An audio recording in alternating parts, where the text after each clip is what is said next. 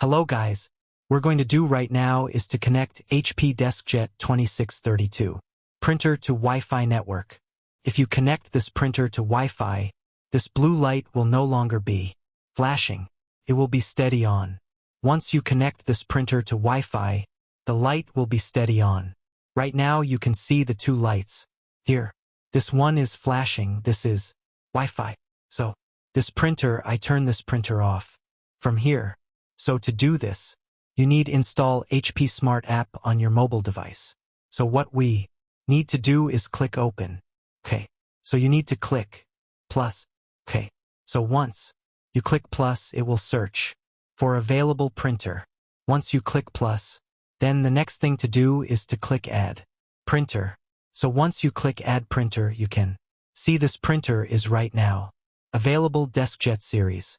Then you click that. Put the PIN number for my home Wi-Fi network. So once you put the PIN number and if everything is recognized, this printer will be connected to Wi-Fi network. Click continue. Now it's finding the printer is found.